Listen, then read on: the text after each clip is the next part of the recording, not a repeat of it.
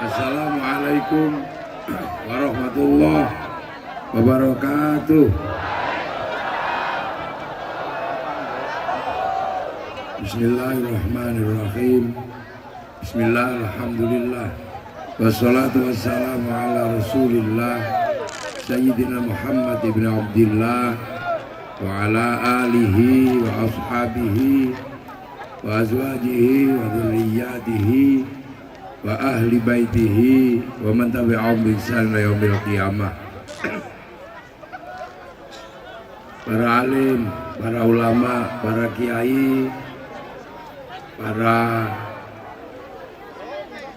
tetua adat Melayu yang saya hormati, yang kita cintai dan kita banggakan, Bapak Gubernur Riau beserta keluarga besar Forkompimda Provinsi Riau, Pak Wakil Gubernur, Pak Kapolda yang kita cintai, seluruh hadirin wal hadirat yang berbahagia. Alhamdulillah, ini Ketua Ansor tadi sudah memberikan semangatnya buat kita semua, bahwa salah satu bukti bahwa kita setia dengan baiat adalah malam hari ini. Dan Banser dimanapun memang selalu siap untuk kehujanan dan untuk kepanasan, karena Banser ini cara menjaga ulama adalah agar ulamanya tidak kepanasan dan tidak kehujanan. Jadi agar kiainya nggak kepanasan dan nggak kehujanan, maka kalau Ansor musim hujan ya kehujanan, Banser musim hujan kehujanan, musim panas kepanasan. Makanya besok insya Allah Banser itu masuk surganya lebih dulu dari para kiai. Banser lebih dulu masuk karena mesti ngecek lokasi. Setelah semuanya aman keluar lagi.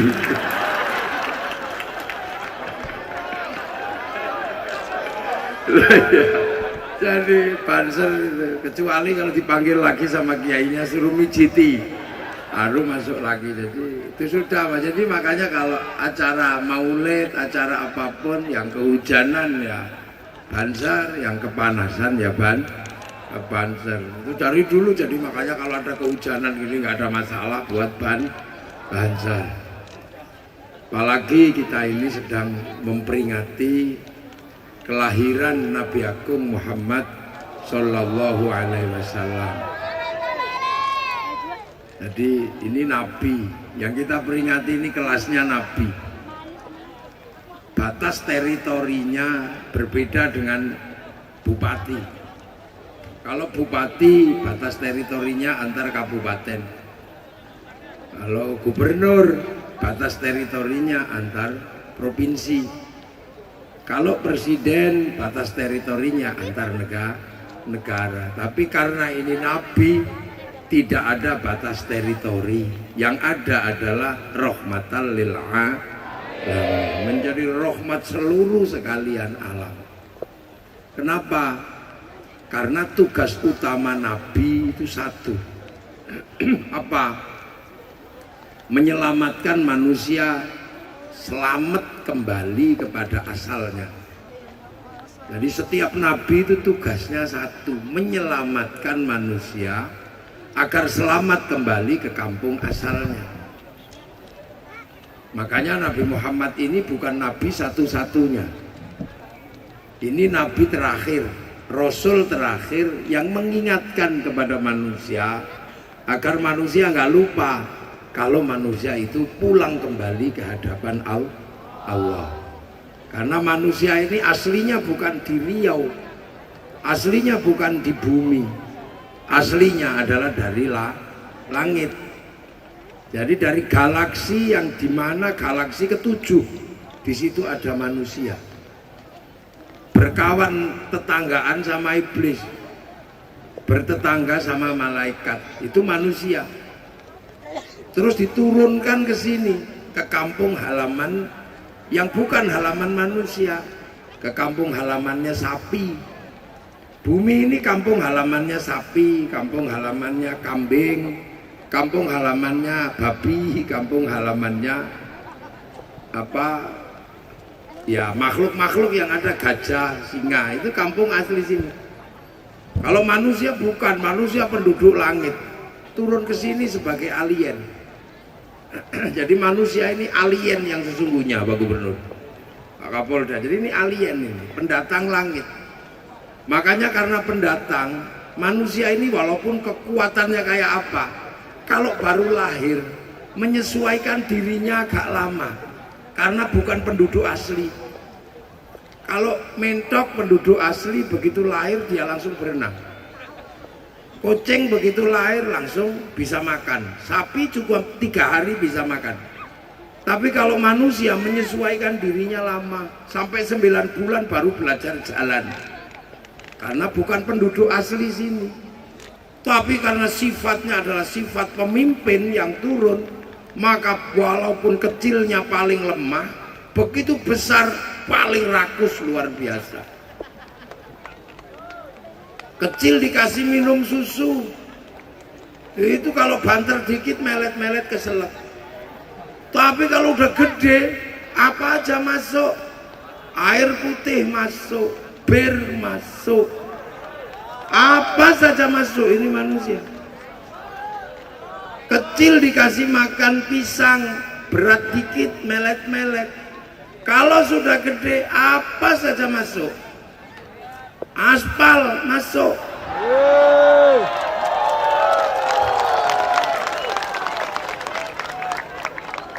Cor masuk. Apa saja masuk. Minyak masuk.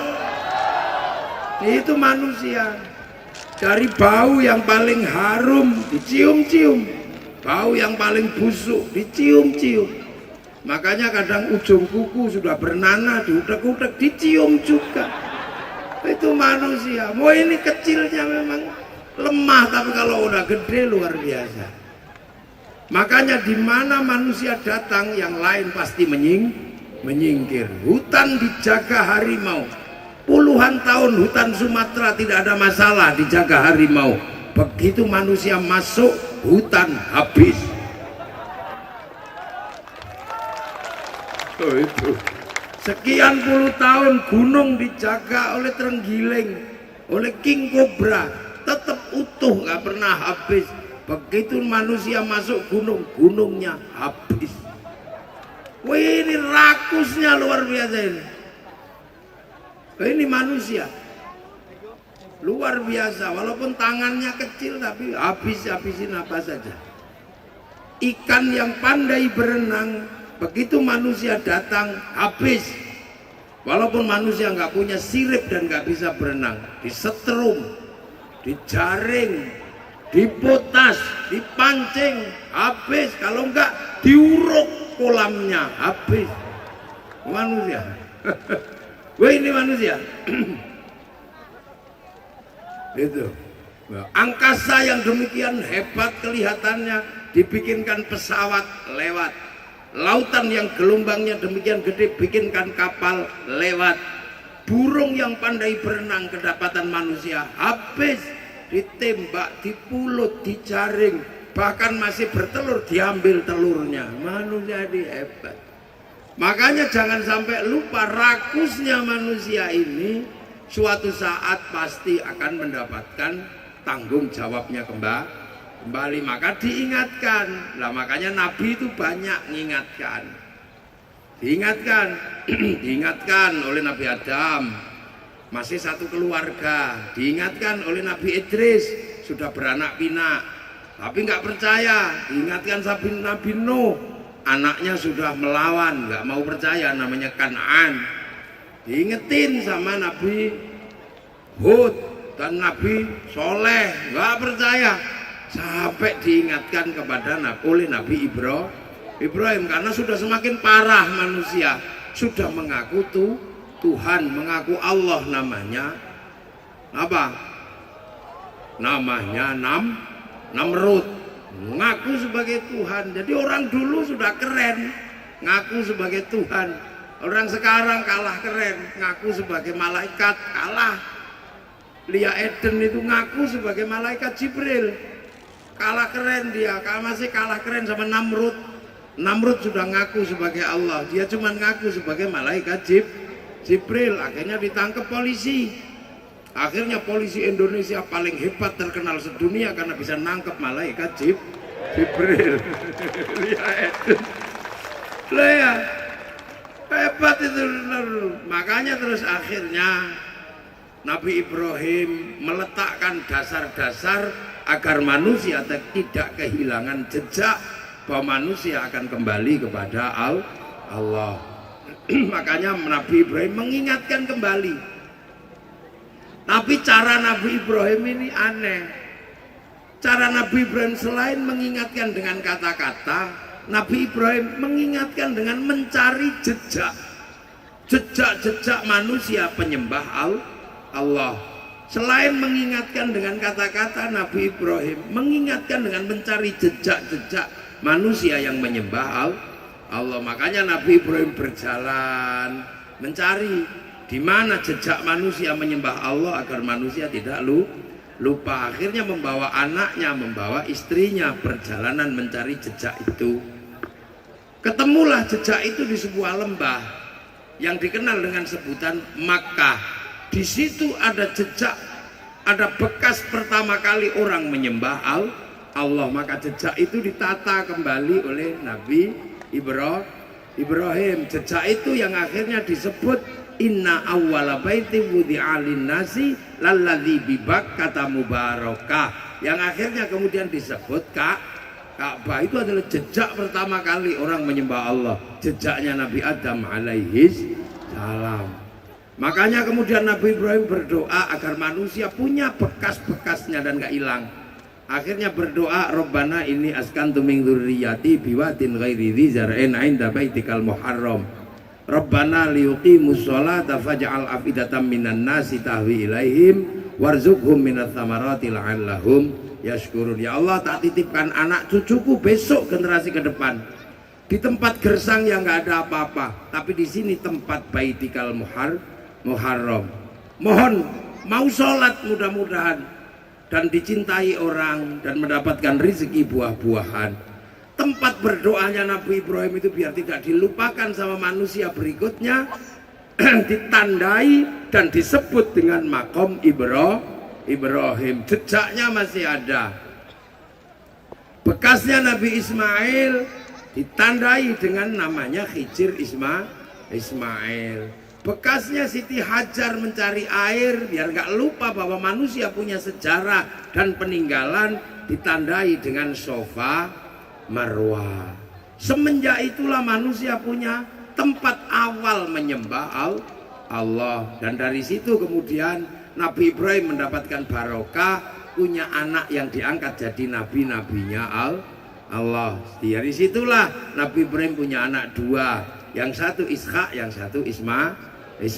Yang Ishak kemudian punya anak namanya Yakub atau Israel, punya anak 12 namanya Bani Israel, dan seluruh nabi setelah itu adalah dari Bani Israel untuk mengingatkan manusia agar kembali kepada Allah.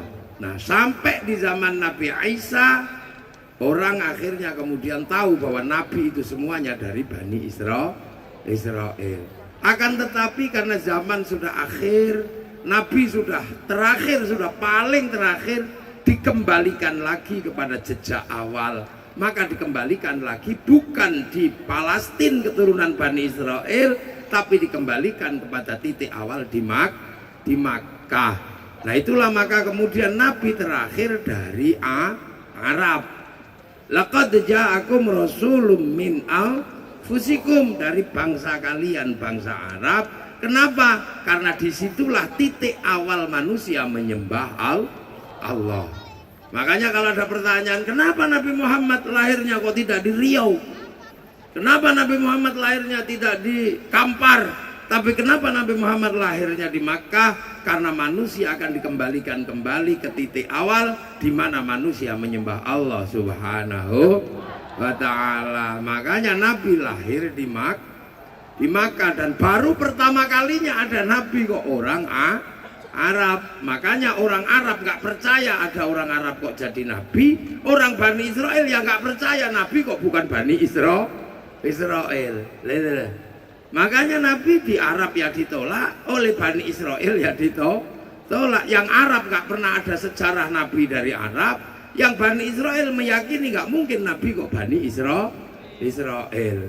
Makanya kemudian Nabi ngajari masyarakat Arab. Nah ini jadi kenapa Arab? Baik, kembalikan itu dari awal kembali agar manusia nanti kembali kepada Allah dengan husnul khatimah. Jadi itu intinya. Makanya Rasulullah kemudian memberikan pelajaran kepada orang Arab. Ya ditolak. Kenapa ditolak? Karena orang Arab nggak ngerti Nabi. Orang Arab sebelumnya penyembah berhala. Dia tidak mengerti Nabi. Makanya ketika saya Nabi, orang Arab Nabi itu apa? Apalagi pelajaran Nabi itu susah. Orang Arab itu menyembah berhala, Tuhannya banyak. Tiba-tiba diajari bertuhan satu, susah. Di sana nggak ada air, tiba-tiba toharoh pakai air. Diminum aja susah, disuruh wudhu sama jinabat. Padahal jinabatnya orang sana semalam bisa 8 kali. Kalau orang sini mudah. Di sana makanan susah, disuruh sedekah. Di sana panas, disuruh puasa. Maka bagi orang Arab ini aneh ajaran ini. Makanya kemudian ditolak. Di samping karena orang nggak ngerti Nabi. Makanya kalau Nabi itu waktu itu ada di Palestina, orang Palestina pasti tahu bahwa itu Nabi. Atau di Madinah, orang Madinah sudah kenal Nabi. Kalau di Arab orang nggak kenal Nabi.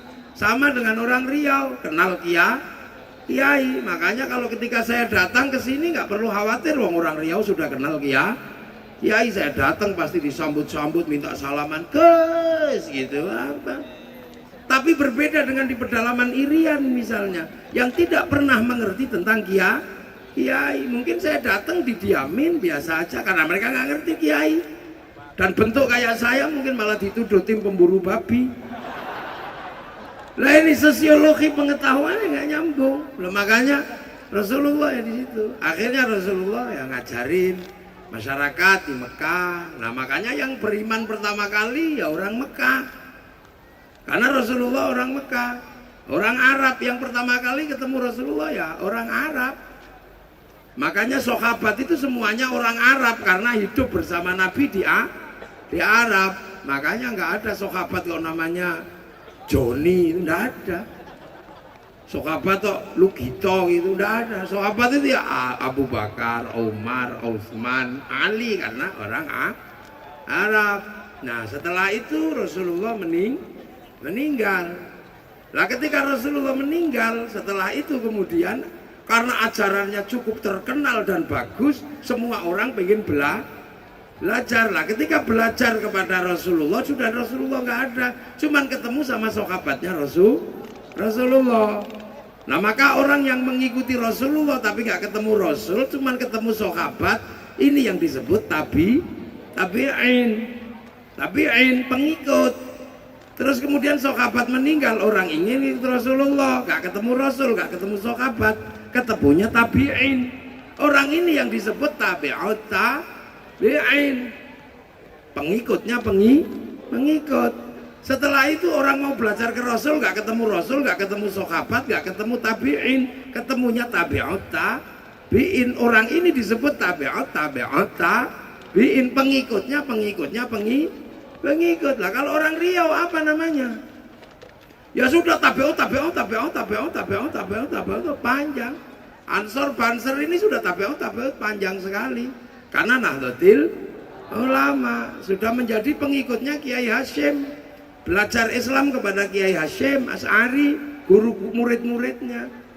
Kiai Hasyim belajar ilmu kepada Kiai Soleh, kepada Kiai Khalil Bangkalan, Kiai Soleh, ada muridnya satu lagi selain Kiai Hasyim, namanya Kiai Ahmad Dahlan, itu yang mendirikan Muhammadiyah. Jadi NU dan Muhammadiyah itu dulu mondoknya sama kiainya, di tempatnya Kiai Soleh. Cuman Muhammadiyah lebih efisien, NU agak lebih boros. Tarweh 8, yang NU 20. Gak usah olo-oloan, bener, sama-sama bener. Cuman yang NU kayaknya lebih aman karena 20. Besok kalau di akhirat yang bener kok 8, NU masih punya sisa 12. Nah kalau yang bener 20 ya kurang 12 mau cari di mana? Ya gitu, gayanya juga sama. NU Muhammadiyah ini gayanya mirip. Yang Muhammadiyah terlihat kaya, yang NU terlihat miskin. Kalau ada masjid bagus-bagus, pendidik rumah sakit bagus-bagus, biasanya punyanya Muhammadiyah. Kalau yang NU pasti langgarnya jelek, masjidnya jelek. Kenapa? Duitnya habis. Untuk apa? Untuk mulutan. Setiap tahun ini mulutan berapa kali? Ini aja duit berapa habis ini untuk mulutan malam hari ini? Pak Kapolda, Pak Gubernur, habis duitnya. Ini ada mungkin 100, 200 sampai 300 juta habis untuk acara malam hari ini. Belum sangguni kiainya. Itu habis. Nanti bulan Rojabiyah. Setiap langgar, setiap hari semuanya jalanin, habis duitnya. Bulan Sya'ban nanti Sya'banan. Bulan Ramadan nuzulul Quran. Habis itu lebaran, habis itu halal jadi habis duitnya. Punya ayam baru keluar telurnya, habis untuk dadar khol. Nah habis, makanya NU ini duitnya terlalu banyak habis. Tapi nanti dulu kita lihat hasilnya, kan gitu. Nanti belakang saya cerita, jangan sekarang. Kita ganti dulu, topiknya masing-masing seputar pewaris. Al-ulama warasatul anbiya. Jadi kita ini sudah kelas pengikut kesekian. Kiai Khalil, Kiai Soleh ikut Kiai Khairan. Kiai Khairan itu gurunya. Kiai Khairan ikut Kiai Abdul Wahid, gurunya lagi nih. Mondok di tempatnya Kiai Abdul Halim, Boyolali sana. Mondok di tempatnya Kiai Sufyan di Tuban. Muridnya Kiai Jafar di Klirip. Tabe pengikutnya Kiai Abdurrahman Lasam. Muridnya Mbak Abdul Halim Benowo. Mbak Benowo ini guru-gurunya Kiai di Jawa sana. Termasuk kemudian beliau adalah putranya Joko Tingkir. Maka santri jangan nyanyi Joko Tingkir ngombe dawat, karena itu gurunya ulama-ulama Islam di Nusantara. Kalau kok Joko Tingkir ngombe dawat, jangan. Nah itu muridnya Sunan Kalijaga. Sunan Kalijaga muridnya Sunan Bonang. Sunan Bonang muridnya Sunan Ampel. Sunan Ampel muridnya Mbah Ibrahim Asmoro Kondi. Muridnya Syekh Jumadil Kubro. Muridnya Sayyid Muhammad Paseh yang mendirikan kerajaan Samudra Pasai dengan Raja Malikus Soleh Malikus Lohir. Itu adalah muridnya Sayyid Ahmad Jalaluddin Campa. Sayyid Ahmad Jalaluddin muridnya Sayyid Abdul Malik Mongol. Dia murid Sayyid Alawi Amil Faqih, murid Sayyid Ahmad Sohib Mirbat, mengikuti Sayyid Ali Khalid Qasam, ittiba pada Sayyid Alwi, muridnya Sayyid Muhammad, muridnya Sayyid Alwi, murid Sayyid Ubaidillah, murid Sayyid Ahmad Al-Muhajir, murid Sayyid Isa, murid Sayyid Muhammad, murid Sayyid Ali Uraidi, murid Sayyid Ja'far Shadiq, murid Sayyid Bakir, murid Sayyid Ali Zainal Abidin, murid Sayyidina Hasan Husain, murid Sayyidina Ali. Lah ini yang murid langsungnya Rasulullah Muhammad sallallahu alaihi wasallam. Nah itulah maka ada ilmu namanya ahli sunnah wal jamaah. Ahli sunnah pertama ya Nabi, wal jamaahnya Nabi sahabat, wal jamaahnya sahabat adalah siapa? Tabi'in, wal jamaahnya tabi'in, tabi'ut, wal jamaah tambah banyak. Ini wal jamaahnya para ulama. Makanya gayanya ya beda. Wal jamaahnya Nabi ya di Mekah sana. Kalau sholat ya Allahu Akbar, khusyuk di panah kakinya, nggak masalah. Kalau jamaahnya ulama, sholatnya sama Allah Akbar, tapi matanya tengok deh, tengok. Oh, ada kretek-kretek, ya Allah sepatuku kehujanan. Panser, polisi sama TNI kalau sholat hujan yang dipikir sepatu. Lah ya, muridnya Nabi di sana Allah Akbar, dipanah nggak kerasa. Muridnya ulama sini sholatnya sama Allah Akbar. Ada ding ding, bakso. Allahu Akbar. Bismillahirrahmanirrahim. Sabbihisma rabbikal a'la alladzi khalaqa fasawwa. Lama ini, suwe gitu. Jadi makna ahli sunnah wal jamaah adalah makna kehidupan sunnah yang dipraktekkan dari generasi ke generasi. Makanya kalau memahami ahli sunnah wal jamaah, jangan dipahami ini nggak ada di zaman Nabi, ini nggak ada di zaman Nabi, ini nggak ada di zaman Nabi. Kamu juga nggak ada di zaman Nabi. Benar. Makanya menjaga ahli sunnah wal jamaah itu menjaga ruang dan waktu yang berbeda secara sosiologi dan antropologi bagi pengikut Rasulullah Muhammad Sallallahu Alaihi Wasallam. Makanya jangan dikit-dikit ini gak ada di zaman Nabi. Zaman Nabi orang bisa ketemu Nabi. Assalamualaikum ya Rasulullah, Assalamualaikum ya Rasulullah. Tapi kita nggak ketemu Nabi, ya gimana caranya?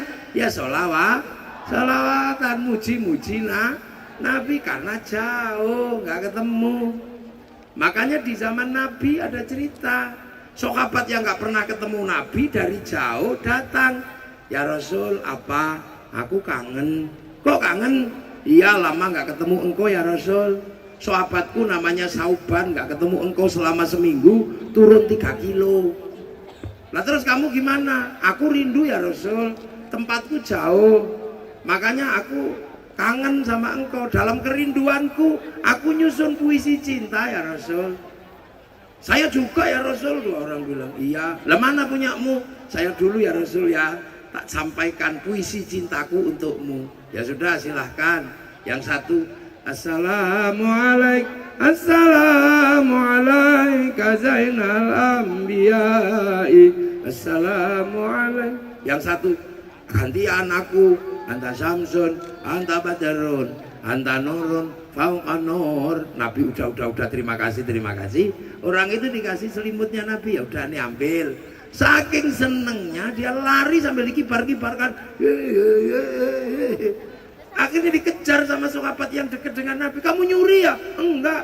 Kamu nyuri? Enggak, aku enggak nyuri. Kamu pasti nyuri? Enggak, aku tadi muji Rasul.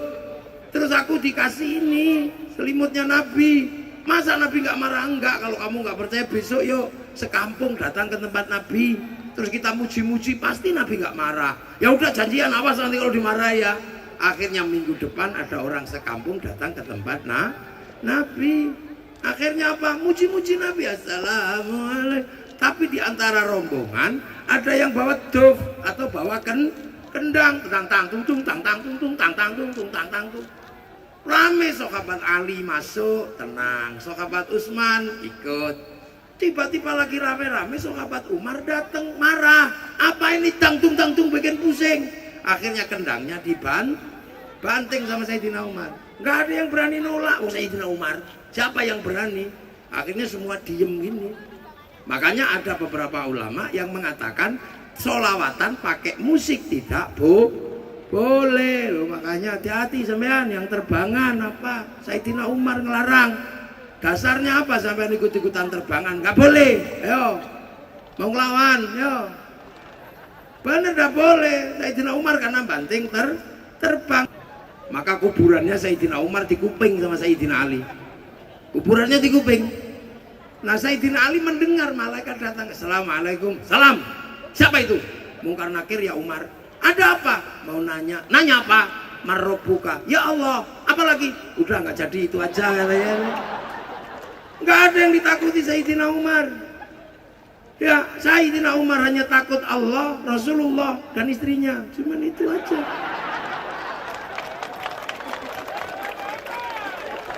Ini kok Pak Kapolda sama Pak Gubernur kok tengok-tengokan ini. Lah iya. Makanya Sayyidina Umar keras. Tapi ingat satu hal, orang boleh nyontoh Sayyidina Umar. Silakan sekarang orang banyak berlomba-lomba gaya kayak Sayyidina Umar. Kami kuat kayak Sayyidina Umar. Kami contoh galaknya Sayyidina Umar. Tapi satu ingat yang harus diingat. Apa? Sayyidina Umar kerasnya luar biasa, galaknya luar biasa. Tapi Sayyidina Umar seumur hidupnya belum pernah membentak istrinya sekalipun. Ayo, ini yang laki-laki galak gayanya. Sayyidina Umar seumur-umur nggak pernah membentak istrinya. Sampean dikit-dikit bentak. Nah ya, nah ini. Jadi sahabat pun begitu, saling berbagi. Ya, jadi karena kita ini jauh, maka kita pujian, sholatan. Muridnya Nabi, kalau zikir ya diem begini. Wong murid Nabi diem begini hatinya kepada Allah. Muridnya Kiai diem ya tidur. Makanya Kiai kalau zikir gedek itulah ahli sunnah wal jamaah. Yang kayak gini sederhana. Sahabat kurbannya pakai onta. Karena apa? Hidup di Arab. Muridnya ulama nggak usah pakai onta. Maksa kurban pakai onta, ditangkap Pak Iqbal. Karena nyuri untanya kebun binatang. Lah ini Rasulullah makan 3 jari beserta sahabat karena yang dimakan kurma. Yang di sini soto, yang nggak bisa pakai 3 jari. Itulah ahli sunnah wal jamaah. Makanya ulama-ulama dulu datang juga berjubah, pakai jubah karena jubah bajunya Rasul disebut baju syar'i. Tapi sampai sini baju jubah nggak bisa dipakai nanam padi. Makanya oleh orang sini jubah dipotong, potongan baju syar'i namanya syar'un. Di sini nggak punya huruf ain dulu di Jawa, punyanya monggo potongo maka syar'un jadi sarung, saruan jadi sarungan. Orang Bugis gak punya N, punyanya eng, maka sarun tadi sarung. Lah itu. Nah kalau sudah pakai sarung fleksibel, gak usah ribut celana cingkrang atau tidak. Karena kalau pakai sarung Anda pengen cingkrang, linting yang tinggi. Kalau pengen turunkan yang lebih bawah. Tapi kalau takbir pasti Allahu Akbar nyantol karena ada lintingan sarung paling sempurna. Makanya udah itu nenek moyang kita. Lah itulah ahli sunnah wal jamaah. Jadi barangnya sama, cara ngajarnya beda. Oh, tiba-tiba ada yang mengatakan zaman Nabi tidak ada orang mencium Quran. Ya zaman Nabi Quran belum ditulis. Itu kayaknya pinter tapi ya setengah pinter. Zaman Nabi belum ada orang nulis Quran. Quran ditulis zaman Sayyidina Abu Bakar. Itu pun Sayyidina Abu Bakar nggak mau. Akhirnya zaman Sayyidina Umar baru ditulis 1, baru digandakan zaman Sayyidina Utsman. Sahabat meninggal, Quran nggak bisa dibaca karena lungkek-lungkek kayak cacing. Akhirnya tahun 65 Hijriah Quran dikasih titik-titik. Yang kasih titik-titik namanya Abul Aswad Ad-Du'ali tahun 65 Hijriah, 45 tahun setelah Rasulullah meninggal. Setelah itu baru ditulis lagi, nggak bisa dibaca. Akhirnya tahun 150 Hijriah diharokati, kasih sakal fathah kasroh dhamma. Yang kasih sakal namanya Syekh Khalil bin Ahmad Al-Farahidi, gurunya Imam Sibawayh. Disebar lagi generasi berikutnya nggak bisa baca karena lidahnya beda-beda. Orang Andalusia wadduha keluarnya wadduhe. Orang Padang mungkin kalau baca lekenud keluarnya lekenui. Orang Padang. Orang Sunda alladzina zina. Orang Palembang sirotol gitu. Wong R dari E. Orang Jawa Rabbil Alamin Rabbil Ngalamin. Nah itu. Orang apa? Orang Bugis An'amta Abdurrahman berdua, amang wong N jadi eng jadi N. Nah itu makanya lahirlah ilmu tahun 200-an Hijriah. Ilmu apa? At-tajwid fi qiraatil Quran yang nulis Abu Ubay Qasim bin Salam. Lu itulah namanya ahli sunnah wal jamaah. Berubah pengajarannya, yang diajarkan sama apa? Iman Islam. Makanya ketika tahun sekitar 1200 Islam harus ketemu dengan budaya Nusantara. Makanya di budaya Nusantara ini sudah jadi bangsanya. Jadi Rasulullah lahir itu Islam di Makkah, di sini sudah jadi bangsa. Rasul lahir tahun 571. Kalimantan tahun 300 sudah punya kerajaan Kutai Kartanegara. Bangsa Melayu sudah mampu membuat kapal-kapal besar. Ada kerajaan Palembang tahun 600. Ada kerajaan Muara Takus, ada kerajaan-kerajaan besar. Di Malang tahun 400 berdiri kerajaan Kanjuruhan yang tempatnya kemarin dipakai untuk sepak bola dan rusuh itu. Itu kerajaan sebelum Singasari. Bangsa ini sudah gede, makanya bangsa ini punya kisah-kisah besar sebagaimana bangsa yang lain. Di sana ada kisah Romeo Juliet. Orang Arab punya kisah cinta Kais dan Laila. Orang Cina sampai Engtai. Orang Indonesia punya semua. Di Kalimantan ada Junjung Kui Lampung Mangkurat. Di Jawa ada Ande-Ande Lumut. Di sini nggak tahu ada apa. Kisah cinta pasti ada. Di sana ada orang kuat yang namanya Samson. Di sini ada Pahit Lidah, ada Bantung Bondowoso komplit. Di sana ada kisah ibu tiri yang kejam namanya Cinderella. Di sini ada bawang putih, bawang merah. Di sana ada binatang bisa ngomong namanya kura-kura ninja. Di sini ada kancil nyuri Timur. Komplit bangsa kita sudah. Ya, orang Eropa punya alat musik namanya gitar terbuat dari kayu dan tali. Orang Arab punya alat musik terbuat dari kayu dan kulit namanya terbang. Bangsa Nusantara punya alat musik namanya gamelan terbuat dari logam. Artinya hanya bangsa yang menguasai ilmu pertambangan yang maju dan penguasaan metalurgi yang mapan mampu membuat alat musik dari logam. Semua bangsa di dunia pernah ditaklukkan Mongolia. Mongolia menaklukkan Arab. Mongolia menaklukkan Cina. Mongolia meluluh lantakkan Arab. Tapi Mongolia perang dengan bangsa Nusantara, kalah dengan bangsa Singasari dan bangsa Sriwijaya. Bangsa yang pernah menaklukkan Mongolia adalah bangsa Nusantara. Nah ini kan kita harus akui. Anak-anak sekarang gak ada yang tahu. Cuma diceritain bahwa bangsa kita bangsa jelek, bangsa buruk. Islam datang saat Indonesia jahiliyah, selalu begitu. Makanya tempat bid'ah, khurafat. Bangsa ini sudah maju. Di Palembang ada universitas terbesar di dunia, namanya Universitas Nalanda. Hari ini masih ada. Kitab-kitab yang diajarkan ada di sana semua. Bukannya kita bangsa kecil, makanya jangan heran ketika bangsa lain mampu bangun bangsa, kita juga mampu bangun bangsa. Ketika bangsa lain mampu bangun negara, kita mampu bangun negara dan negara kita menjadi negara yang paling indah di dunia. Kenapa? Arab satu bangsa pecah jadi puluhan negara, Eropa satu bangsa pecah puluhan negara, Cina satu bangsa pecah puluhan negara, tapi kita puluhan bangsa, suku dan agama mampu bersatu dalam satu negara kesatuan Republik Indonesia. Makanya, lah itu kenapa? Karena Islam datang dari Arab, masuk ke Nusantara, ketemu dengan budaya yang sangat maju. Makanya orang sini nggak mikir kecil-kecil, nggak kayak orang sekarang.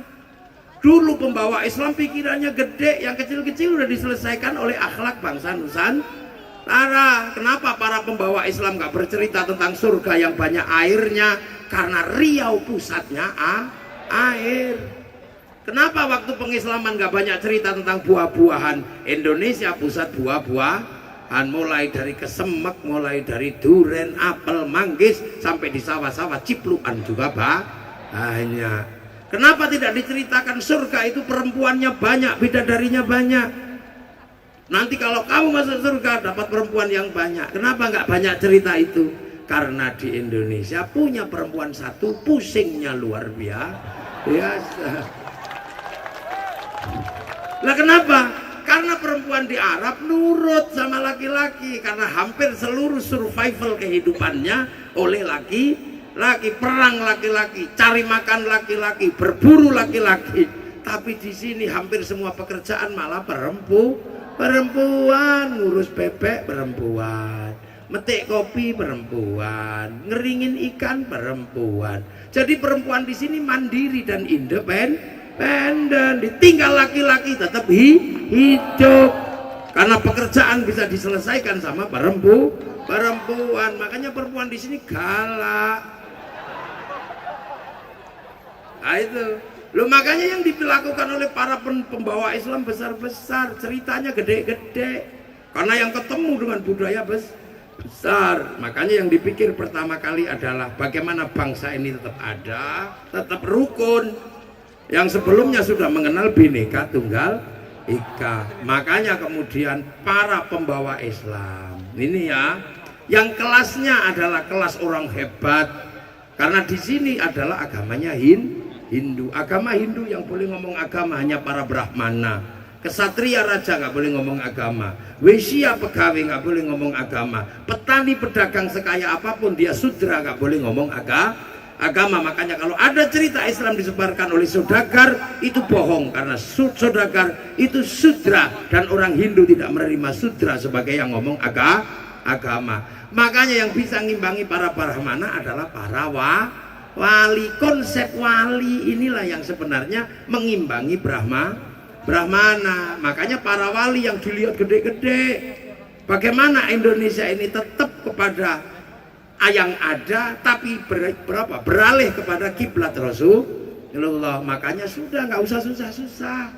Akhirnya orang Indonesia semuanya dipasrahkan kepada Rasulullah memandang hidup dalam sebuah konsep besar namanya kullukum ra'in wa kullukum mas'ulun an ra'iyati. Kalian semua adalah ra'iyah, para pemimpin yang harus bertanggung jawab antara yang mimpin dan yang dipimpin. Maka oleh para wali dari Sabang sampai Merauke titipkan pada konsep ra'iyah. Hiduplah tetap berbeda-beda agama, suku, bangsa, tapi hidup saling bertanggung jawab. Rasulullah punya konsep ra'iyah, maka ra'iyah diterapkan di Indonesia. Hidup dalam perbedaan dalam konsep ra'iyah diserap ke bahasa kita menjadi rakyat. Rakyat adalah kehidupan berbeda-beda tapi hidup saling bertanggung jawab. Makanya satu-satunya bangsa muslim dunia yang sanggup mengambil kalimat ra'iyah untuk menyebut warga bangsanya hanya Muslim Indonesia. Nah, ra'iyah kalau ngumpul namanya musyarakah, lahirlah konsep masyarakat. Kalau berbeda faham wasyawirhum fil amri, lahir konsep musyawarah. Karena yang menata dulu adalah para wali, maka teritorinya ra'iyah disebut wilayah. Itulah yang sekarang berubah menjadi Negara Kesatuan Republik Indonesia. Makanya santri penerus para wali NKRI harga mati. Makanya orang-orang tahu ini raya, musyawarah. Jadi negeri yang paling sunnah di Indonesia, di dunia adalah negeri Indonesia. Sunnah paling berat itu merukukan manusia yang berbeda. Kalau sunnah jenggot gampang, tinggal gak usah dicukur panjang. Kalau sunnah cingkrang tinggal dipotong cingkrang. Apalagi sunnah nikah lagi paling mudah. Sunnah yang paling berat itu menata kehidupan sesuai dengan cara Rasulullah. Berbeda-beda tapi hidup saling bertanggung jawab. Dan Indonesia mampu. Maka Indonesia jadilah negara yang paling syar'i. Maka kita sebagai penerus para wali ikut menanggung beban bagaimana orang berbeda-beda tapi hidup bersama saling bertanggung jawab. Maka agama jadikan landasan persatuan. Yang mau bersatu dalam kehidupan sekarang tinggal santri secara agama, yang lain nggak mau. Doa yang lain sendiri-sendiri, cuman gitu. Yang masih mau doa bersama siapa? Santri. Yang lainnya amin. Kiainya yang berdoa amin. Nanti kalau kecapean amin, kiainya paham walhamdulillahirabbil alamin. Setelah itu semua pengen berdoa kumpul di alun-alun Riau berzikir, Riau istighosah. Seluruh rakyat terlibat, yang jualan bakso datang, yang jualan tahu datang, yang jualan apapun. Kerukunan terjaga, roda ekonomi berputar. Siapa yang masih seperti itu? Hanya santri. Sholawat boleh berbeda-beda. Ada yang marhaban ya nurul aini, marhaban Rahman. Ada yang begitu, ada yang gaya lokal, ya Rasulullah salamun alaika, semua di situ. Tapi begitu semua pengen sholawat, semua diajak ke alun-alun Riau, lahirlah Riau bersolawat. Kalau sudah seperti ini, semua masyarakat terlibat, yang punya mobil terlibat, yang punya El Sape terlibat ngangkut penumpang, bendera laku, spanduk laku, slayer laku, sampai gagang pancing laku. Itu sholawatan. Berapa roda ekonomi yang diputar? Masyarakatnya terjaga, ekonominya berputar. Siapa yang masih mau bersatu kalau ada yang mati? Santri 3 hari, 4 hari, berapapun dijaga sampai ribuan hari, setahun namanya khol. Setelah itu gurunya ditengok, bis pariwisata laku, nyambut tamunya para wali, orang jual nasi laku, jual katok laku, bahkan copet bisa hidup di makam para wali. Dan setiap makam yang diziarahi akan lahir kerinduan terhadap tanah-tanah gurunya disemayamkan. Setiap tanah di mana gurunya disemayamkan akan menghasilkan kerinduan pada tanah tersebut. Itulah cikal bakal cinta pada tanah air. Makanya nggak ada teroris itu suka ziarah. Itu makanya ahli sunnah wal jamaah jaga, kiainya pun dipilah. Kiai dibagi 2, ada kiai sakti dan kurang sakti. Kalau kayak saya ini kurang sakti. Karena kiai bisa diinterupsi. Kiai yang paling sakti itu siapa? Kalau sudah khutbah Jumat, itu paling sakti, nggak ada orang berani, nggak ada interupsi tape, itu nggak ada yang berani. Makanya khotib-khotib itu biar nggak ngawur, biar tetap ada yang ngontrol, kasih tag sama tongkat. Kalau ada tagnya pasti baca. Kalau lepas dari tagnya lepas ditiup kipas angin, khawatir maka dipegangi. Ittaqullah. Tongkatnya dilepas jatuh. Makanya orang kalau khutbah pakai tongkat pati santun. Begitu tongkatnya nggak ada, saudara gubernur, ya mesti begitu. Makanya kalau melihat gerakan-gerakan yang aneh-aneh, lihat dulu masjidnya, biasanya ada tongkatnya atau tidak gitu. Itu baik-baik. Loh, ini cara santri ngerawat, makanya akhirnya Islam terjaga, kerukunan terjaga. Pemerintah juga merasakan nikmatnya kerukunan. Kalau yang begini terus di setiap daerah ditanggung pemerintah, berapa triliun jumlahnya yang harus dikeluarkan oleh negara. Makanya kalau ada usaha-usaha seperti ini, sudah selayaknya institusi yang diuntungkan baik polisi, TNI maupun pemerintah memberikan dukungan, karena dengan cara seperti ini bangsa terjaga. Pak Iqbal kalau mau mendukung, dukung aja, caranya sederhana. Kalau ada anak mau sholawatan nggak pakai helm, ya nggak usah ditangkap, gitu aja.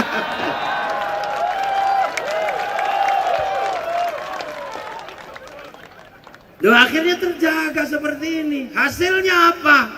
Hasilnya jelas hari ini bisa dirasakan, karena ini khas Indonesia. Makanya setelah Rasulullah nggak ada, Islam yang ke Eropa berhenti. Islam yang ke Cina berhenti tidak bergerak, yang ke Afrika berhenti tidak bergerak, yang ke Rusia berhenti tidak bergerak, tapi yang datang ke Indonesia dan ke Nusantara berubah menjadi kekuatan Islam terbesar di dunia. Orang sholat paling banyak dari Indonesia, orang haji terbanyak Indonesia, masjid terbanyak dari Indonesia, dan kita punya bangsa yang aman. Eropa sekarang dilanda krisis, kita masih aman. Cina dilanda kekurangan makanan, sekarang duitnya banyak. Gerakan agama di Mesir, Ikhwanul Muslimin meruntuhkan Mesir. Gerakan khilafah di Suriah meruntuhkan Libya. Di Afghanistan berbicara jenggot meruntuhkan bangsa mereka, tembak-tembakan dengan Taliban. Tapi semua di sini bisa diselamatkan karena rakyat punya banyak sekali forum penyadaran. Lagi diranda terorisme, kiai berbicara terorisme di mana nggak kurang forum. Makanya selamat bangsa ini, bangsa yang hadir sebagai bangsa yang gembira hari ini kita rasakan di Indonesia. Tinggal bagaimana menyongsong masa depan, kita bangkitkan semangat kebangsaan ini, karena anak-anak pinter kita ini sebentar lagi akan bisa produksi hasilnya adalah konsumsi dalam negeri tidak mungkin dicapai tanpa rasa cinta dan kebanggaan pada bangsa dan negara. Amerika kenapa bangkit? Bangsanya dibikin punya rasa cinta yang luar biasa. Hollywood memproduksi film cowboy dari A sampai Z, dari Wild West sampai The Last of the Mohican. Dia jelaskan bagaimana masa depan Amerika. Bangsa Cina jelaskan masa lalu Cina, mulai dari ular putih sampai ular hijau, sampai Wong Fei Hung sampai Sun Gokong. Bangsa Amerika punya caranya sendiri. Bangsa Jepang bangkitkan semangat kejepangannya lewat film samurai. Semua bangsa Korea melakukan itu. Kita tidak melakukan itu. Mari kita lakukan kebanggaan pada bangsa dan negara. Amerika kalah dengan Vietnam, dia nggak boleh malu bikin Rambo 1 sampai 6. Amerika nggak boleh malu dengan bangsa Cina, bikin American Shaolin, American Kung Fu. Amerika nggak boleh malu dengan bangsa Jepang, bikin American Samurai, American Ninja.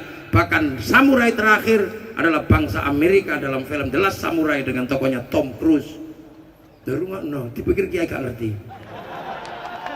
Iya. Bangsa Jepang agar tidak mengulang restorasi Meiji dan Tokugawa yang sering perang, bikinkan Samurai X dengan tokohnya Rurouni Kenshin. Bangsa Jepang bangsa Malaysia menyongsong masa depannya, nggak boleh ribut antar ras. Maka Malaysia menyerahkan masa depannya kepada si Upin dan si Ipin. Si Upin dan si Ipin nggak boleh lupa masa depannya ada anak-anak India. Kenalkan tokoh kecil namanya Jarjit. Dia nggak boleh lupa di sana ada anak-anak Cina. Kenalkan Mei Mei. Dia nggak boleh lupa ada anak-anak Indonesia. Kenalkan Susanti. Semua punya cara bangun bangsanya. Tapi kita malu-malu. Kita ini lebih suka bangsa lain. Kita punya merah putih, lebih membanggakan bendera Filistin. Kita punya rambut hitam, lebih membanggakan rambut Amerika yang merah. Akhirnya jadi LKMD Londo Komeng Dase. Nah ini mulai dibangun. Makanya forum-forum seperti ini menjadi penting untuk pembelajaran. Riau sangat dibutuhkan. Karena apa? Riau adalah kepala naga yang akan menghadap ke dunia internasional, sementara seluruh kepulauan Nusantara adalah perut dan ekornya. Riau masa depannya sana. Selat Malaka adalah selat di mana seluruh produksi keluar masuk di mulut itu. Riau adalah kepalanya Indonesia. Kalau Riau tidak melakukan pekerjaan-pekerjaan yang sulit, maka mulut Indonesia akan sariawan. Dan itu sangat berbahaya buat apa? Buat kebangsaan kita. Kita selalu dihadapkan kepada Malaysia, bangsa maju.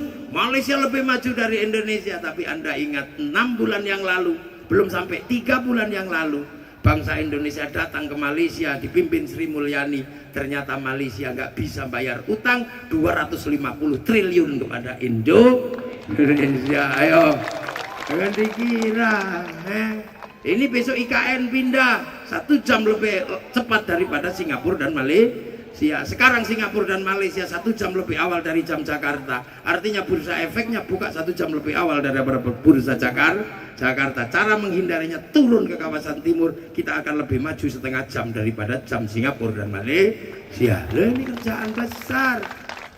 Nah itu makanya sampean jangan olok-olok bangsamu sekarang itu punya presiden jelek, punya TNI jelek, punya polisi jelek, semua dijelek-jelekkan. Dan sekarang menjelek-jelekkan bangsa dan negara menggunakan agama. Hentikan itu, karena apapun yang terjadi, ini adalah bangsa kita. Dan kalau bukan kita yang membanggakan bangsa ini, lantas siapa yang akan membanggakan bangsa ini? Kita makan dari tanah sini, kita hidup di tanah ini, nanti kita meninggal pun akan dipeluk oleh bumi Indonesia. Itulah kebangsaan kita, Indonesia. Merah putih harus tetap berkibar, karena dulu orang punya merah putih mengorbankan nyawa. Orang Jawa Tengah punya merah putih ditembak Belanda, merah putih masukkan rumah, dikibarkan dalam rumah. Belanda curiga, tiangnya dikasih tebu. Belanda curiga, tiangnya dikasih padi, masih curiga tiangnya dikasih pisang, masih curiga tiangnya dikasih kelapa, masih curiga bahwa tumpeng sama ingkung. Akhirnya Belanda mengira kita mau makan, tapi Belanda nggak ngerti, makanan habis, padi mengering, tebu mengering, pisang rontok, kelapa rontok, yang tersisa tinggal merah putih di dada kami anak Indonesia. Orang Surabaya pengen merah putihnya disobek birunya, akhirnya berdiri tegak merah putih. Belanda marah luar biasa, dompleng pada sekutu, Surabaya dibombardir. Tapi karena santri adalah bagian dari kerjaan besar bangsa ini, santri nggak pernah mundur. Belanda dilawan, sekutu dilawan, keluarlah resolusi jihad tanggal 22 Oktober, siapan perang untuk menghadapi sekutu dan Belanda. Meledaklah 10 November. Tanpa 22 Oktober resolusi jihad, tidak ada ledakan 10 November. Maka 10 November diledakkan dalam kisah kepahlawanan menjadi hari pahlawan, 22 Oktober menjadi hari santri.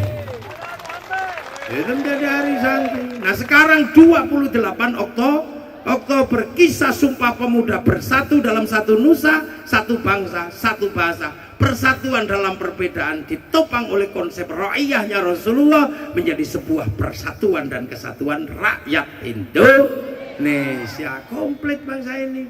Makanya sekarang Merah Putih udah gak minta nyawa, cuma minta gini aja, cerewet. Ada yang bilang bid'ah, ada yang musyrik, ada yang apa. Ini pasti zaman perang, nenek moyangnya mata-matanya Belanda itu. Nah ini bangsa, Amerika membanggakan bangsanya, orang Arab membanggakan bangsanya, orang Cina membanggakan bangsanya. Kenapa kau tidak membanggakan bangsamu? Bangsa mana yang akan membanggakan kalau bukan kita sendiri, anak-anak Indonesia. Loh, Islam mengajarkan itu. Lu mosok, makanya Banser nggak pernah mundur kalau sudah urusan bangsa Indonesia, karena penerus para wali mempertahankan wilayah NKRI harga mati, mengurus kiai dalam keadaan panas dan keadaan hujan.